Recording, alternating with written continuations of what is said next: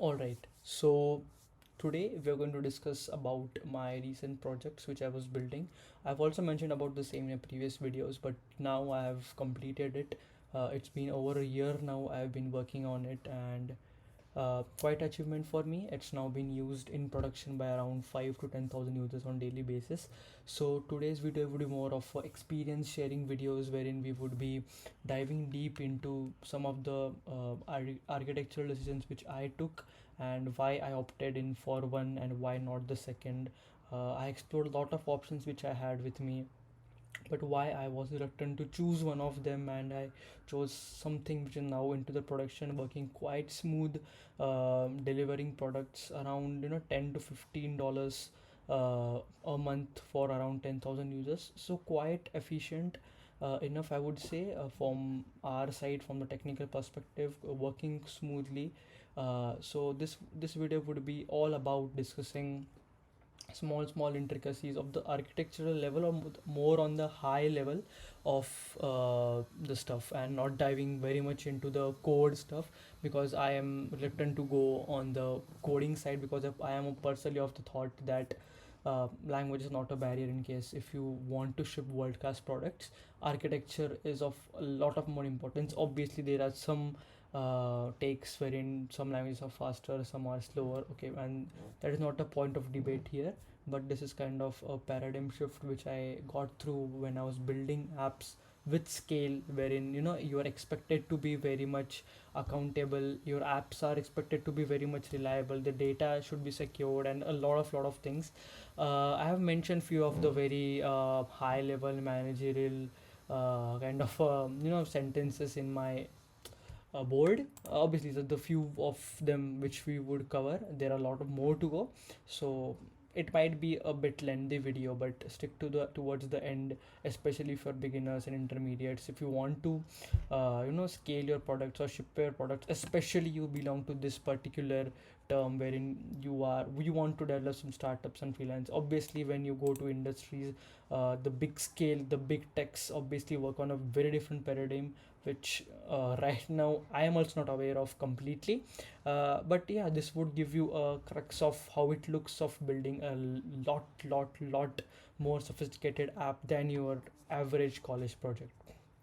Okay, so starting first with these few of the statements which I have made. Okay, so first and the most foremost thing is the requirements which you get, right? So when you are kind of building something which is around startups and freelancers, in most of the cases the conditions are not very laid off through. We are not having these requirements very much clear. So when you have requirements, it's very important to start with the shipping, right? So starting with the shipping is of a lot of importance when you go for it, right? So start shipping first of all. Over optimizing stuff was what led me to delaying the product around 1 to 2 months. Why? Because I was very much inclined to you know decide which tech stacks to work on. I was you know thinking about, let's go from Spring Boot, maybe we can choose Express, maybe we can go to Django. Towards the end I shifted to Node or Express. Why? First of all, I was very much familiar to it. All these three tech stacks are way advanced. They are very much capable to ship products at scale. There are some overheads in Django. I've foreseen it, but obviously not completely aware. The use cases are completely different, but in my use case, these tech stacks which I chose for was JS or the Node. Obviously the front end I used Next, not the server side rendered app. It was completely CSR based app, because obviously it did not demanded me to use something kind of a SSR, because the SEO was not a concern here, the page visibility was not a concern here. So tech stack obviously was my go after JS or TypeScript. The front end was based on Next.js, so this was a tech stack. The main thing which took me a lot of time here was these tech stacks, because I was over optimizing these stuffs. I was searching which to use, which not to use, this and that. um, other thing which took me a lot of time with this tech stack, similar to it I would say, was the database which I would use. Again, I started with what to use, Postgres to use, NoSQL to use. I then started uh, to again go from one tech stack to another, from Postgre to Mongo to Supabase. A lot of them, some reactive database also came into picture, but then again I started with MongoDB. Okay, so after all these days of working in a way what I should choose, I again went back to the conventional stuff, because I am very much familiar in Munstack, so I did Munstack. And the first 1 to 2 weeks was completely wasted. So first of all, if I were to build a product of this scale again, I would be focusing a lot on this point of shipping the products first, okay, and then optimizing the products. F- I have seen this on the beginner level, that people tend to over optimize the stuff at the first time, and they do not focus on shipping the products first. So this is something which I personally feel took me a lot of time. I could have saved around 10 days at least at the before, because once I got started it took me hardly 10 days to complete the entire backend. Okay, so this was about a tech stack being used. So once the tech stack was used, one major stuff which I had to spend a lot of time in this entire stuff was my blob storage. Okay, so blob storage or file storage. So if you know, there is something called as S3 bucket, simple storage. I don't know the exact long form, but S3 from AWS. We have Cloudinary. Then we have GCP. Obviously, GCP has their own services to store these things. Then we have something called as I'm not sure, but yeah, Cloudflare has one. So everyone has these different blob storage when you can store large files. Okay, but again, then we were required to minimize the costs. So then I got to know that the organization I'm working for has something called as a G Suite. Right now, I guess the Google has changed this to Google Workspace, something like that. So they were having the Google Drive storage on some enterprise-based unlimited storage contracts. Okay, and then I got to know about when I got to know about this, I immediately switched my blob storage from something very complex like this to something easier like a G Suite. So now I was just making some API calls, and rest, the CDNs, the caching, the entire ecosystem was handled by Google Drive. So why this all thing happened, and this costed me around 4 weeks. Okay, just being very uh, cautious about what to develop took me 4 weeks. Instead, what the approach would be, or what I would do again if I was going to make similar products, I would focus more on shipping the products first and then optimizing the products, because at least the business logic is now ready. Okay, keep this thing in mind, that when you start to uh, own the business logic, right, the more problems, or the problems which you're going to face start coming at a early level. So start with the business logic, you would get the problems on a very early basis.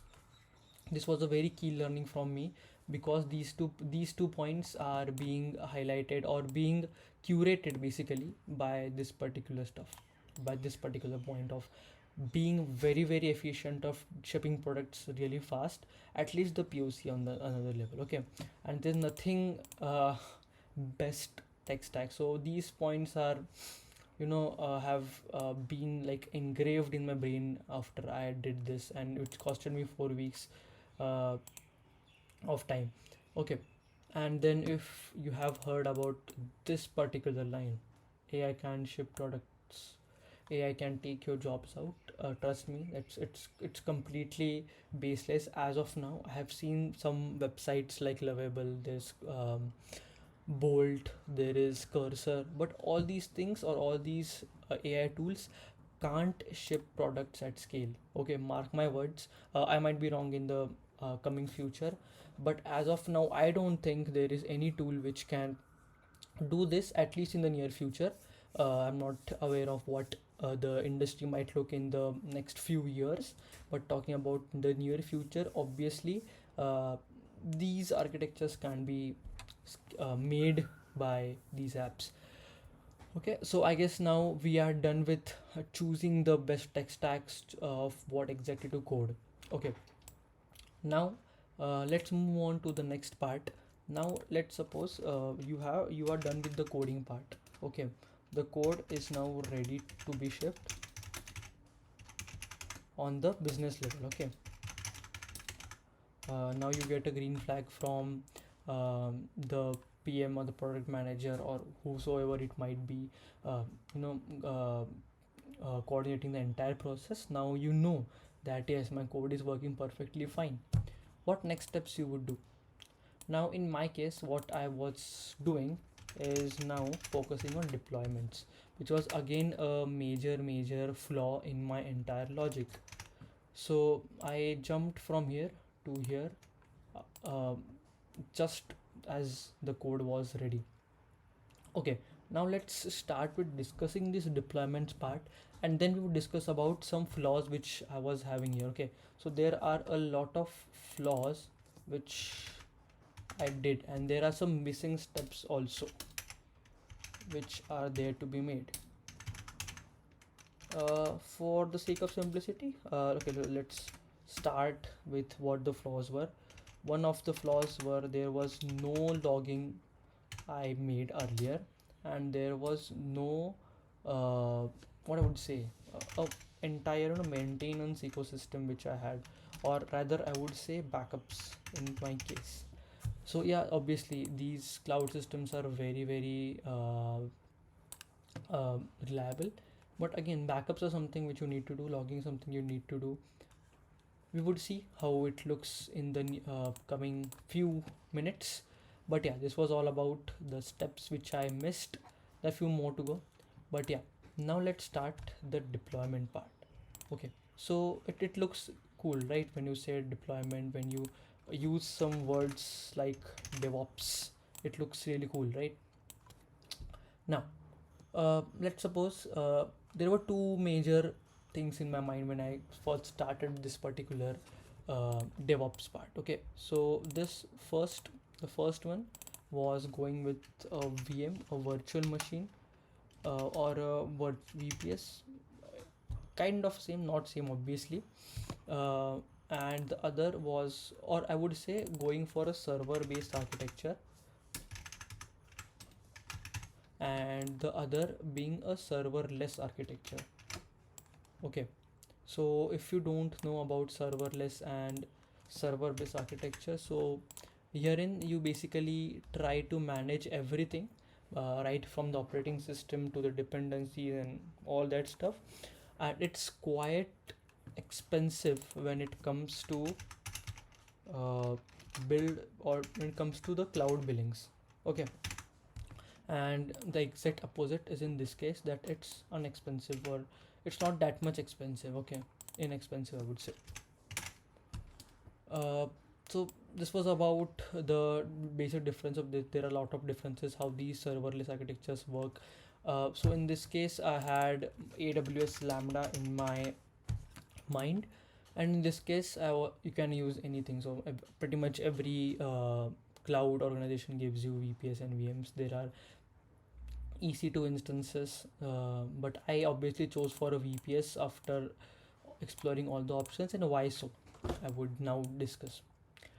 Okay, so the basic difference, or the technical difference if I want to talk about, is that herein we can have states, and in serverless we do not have states. And I guess it's logged in that if the response time is again 15 seconds or around something like that, especially for Lambda services. Okay, so this is about some of the cons which are having. The pros, obviously it's very inexpensive, I guess around 1 million hits, and still you are in the free tier. After that also it's less than $1 for 1 million. It's like 0 point something. Okay, so quite very very inexpensive in that particular case. But also we have some problems like cold starts when your app is completely down, or no user is now using your app, and then suddenly some users come, then the lambda instance takes some time to spin up. You have the latency issues here. Herein obviously it's inexpensive, but you have to manage everything.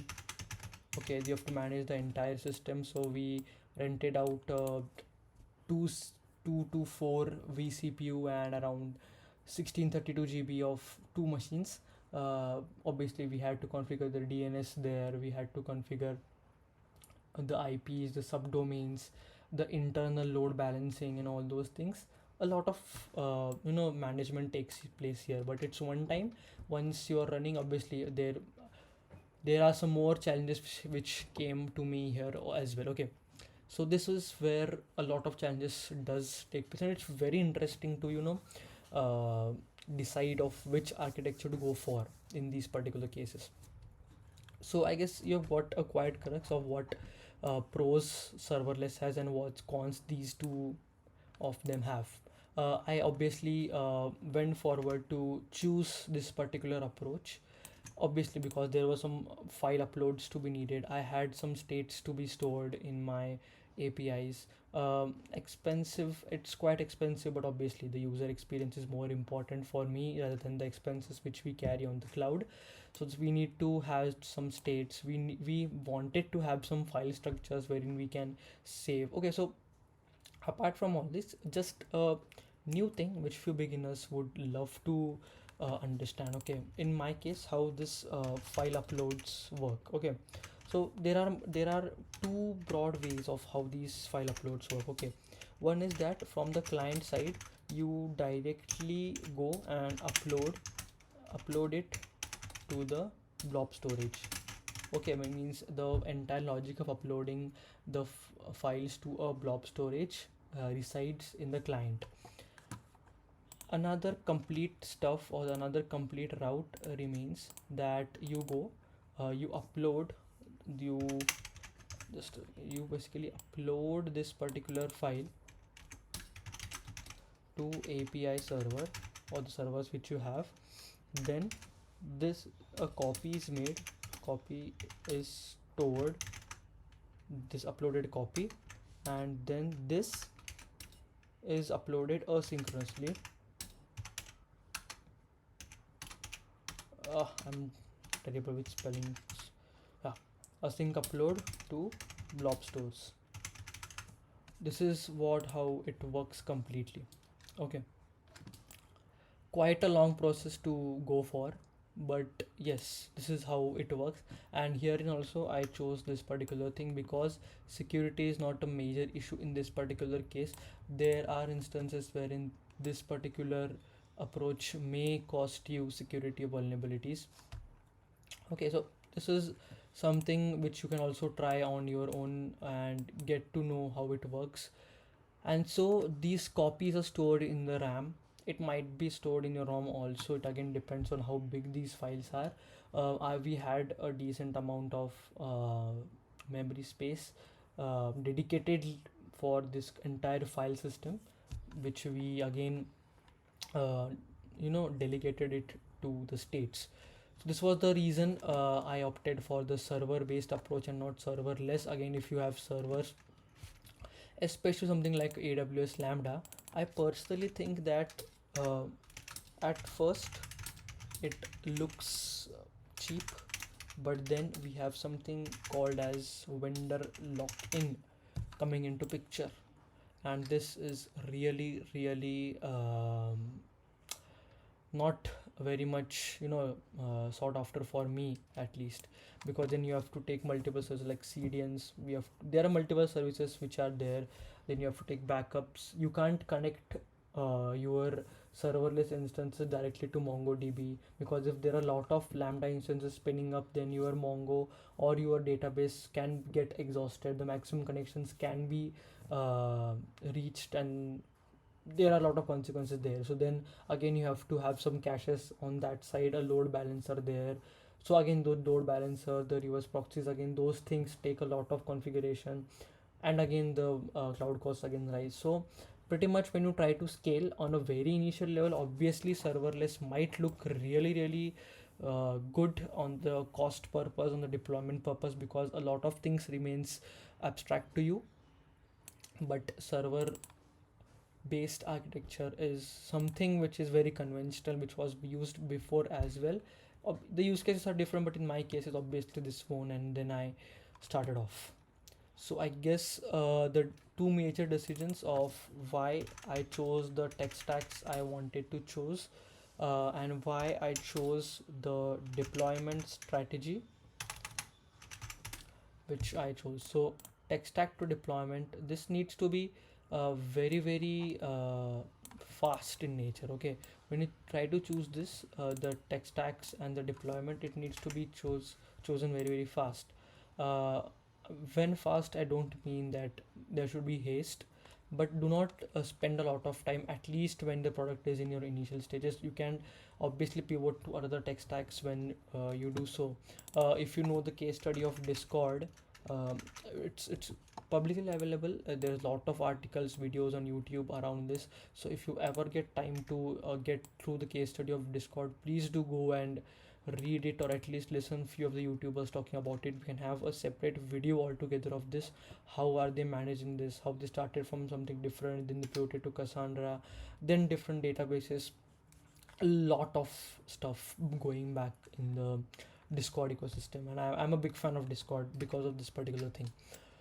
So yeah, about this, then moving next. So the tech stack is ready, the deployment is now ready.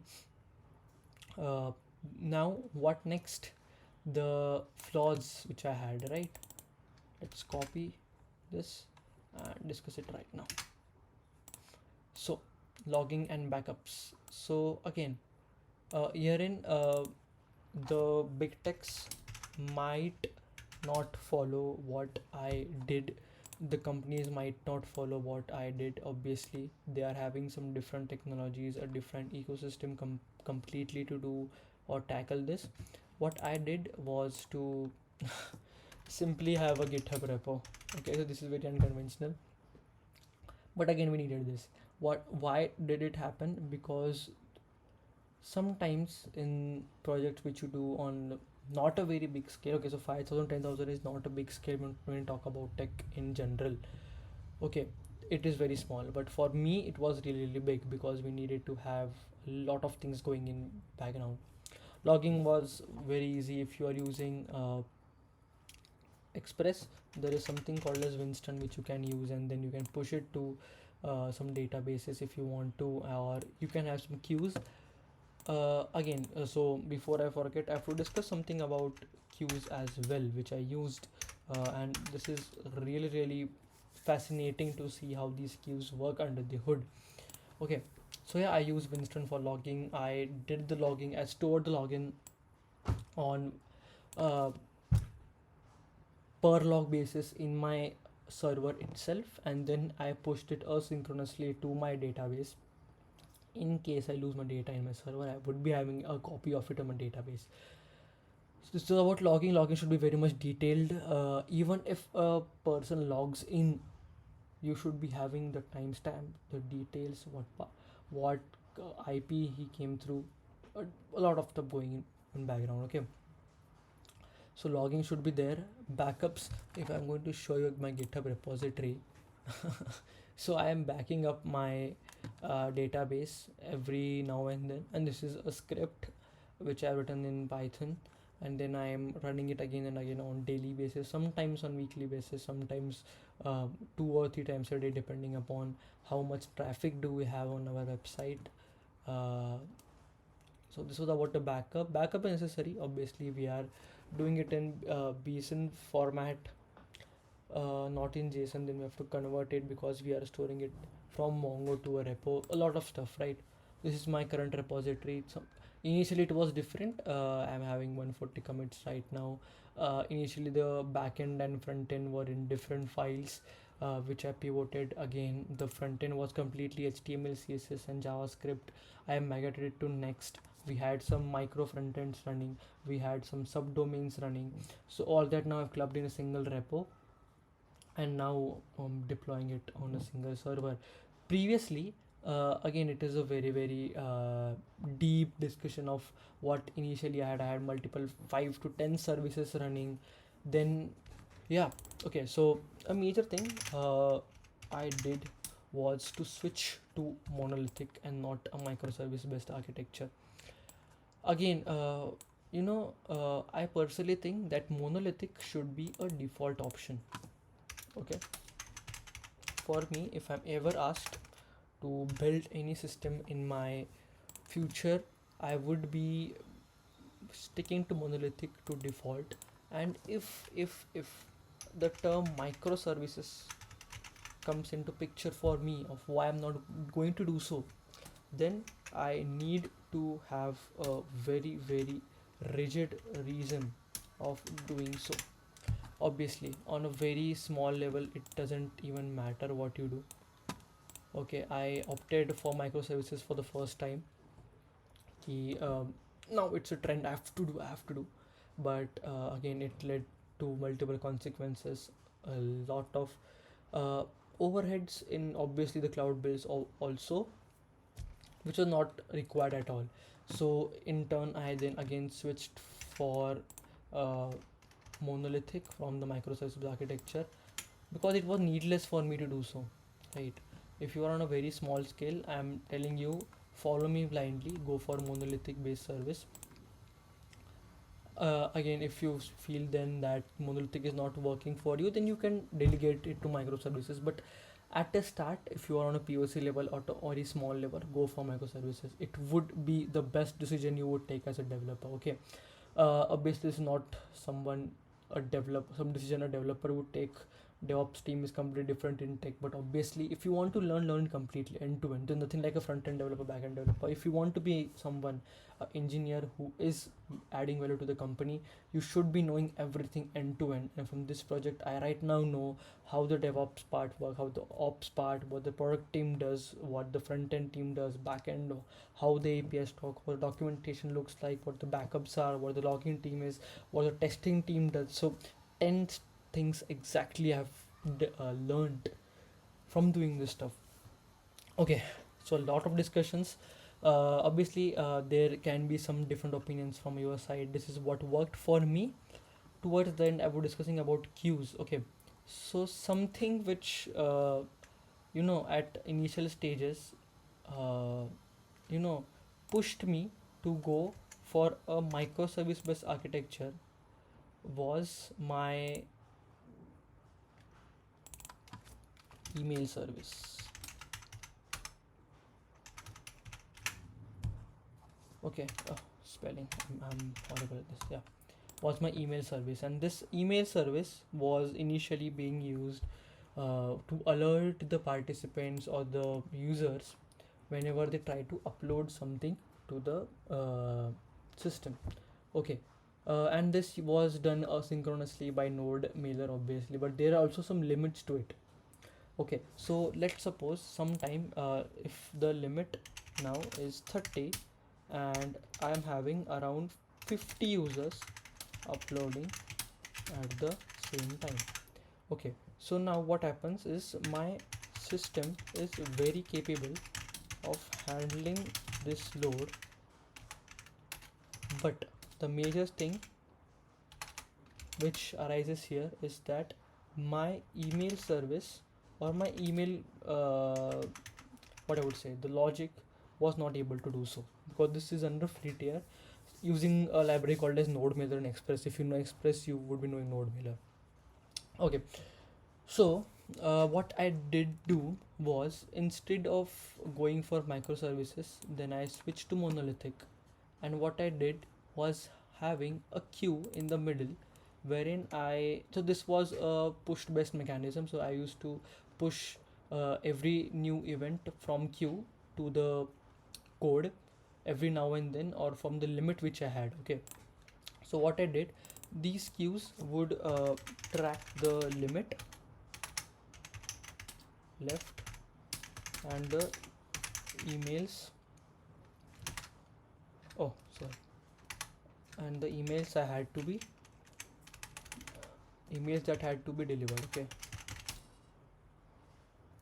so every time, so I would just make a completely entire different diagram out of it. So what this was all about is that so yeah, okay, so let's suppose I'm having my main service or my main API.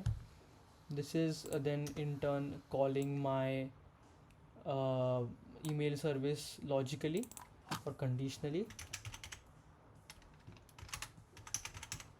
Okay, and this then used to go to a queue.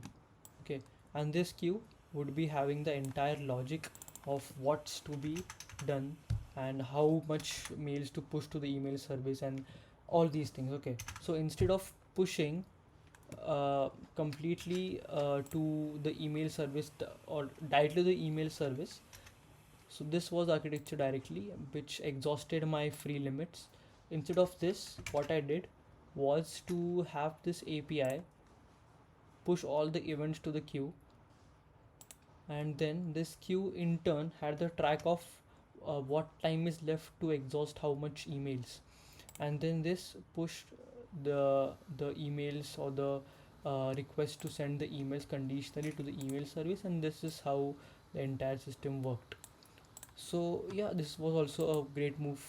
It saved a lot of money for me. So yeah, this was about the entire system which I developed, which the experiences which I had throughout this very interesting, at the same time very tiring sometimes. It gives you a lot of doubts initially, but then when you do it, you have a lot of learnings in your mind, and then you are ready to ship any products uh, in, I guess, very optimal time as well as economically. So yeah, this was about the video. I've discussed a lot. Feel free to connect with me if you want to discuss anything more. uh, I've discussed this about one very vague level initially, but this is something of very high importance, very less talked about in the entire content industry. Obviously, it's because this is not something the beginner developers do. This is something the high end managers or the product managers or the architectures do. But this is very interesting. If you, even if you are at a beginner level, you can do it. uh, Obviously this is not 100% accurate, and obviously what works for me can't work for everything and can't work for everybody.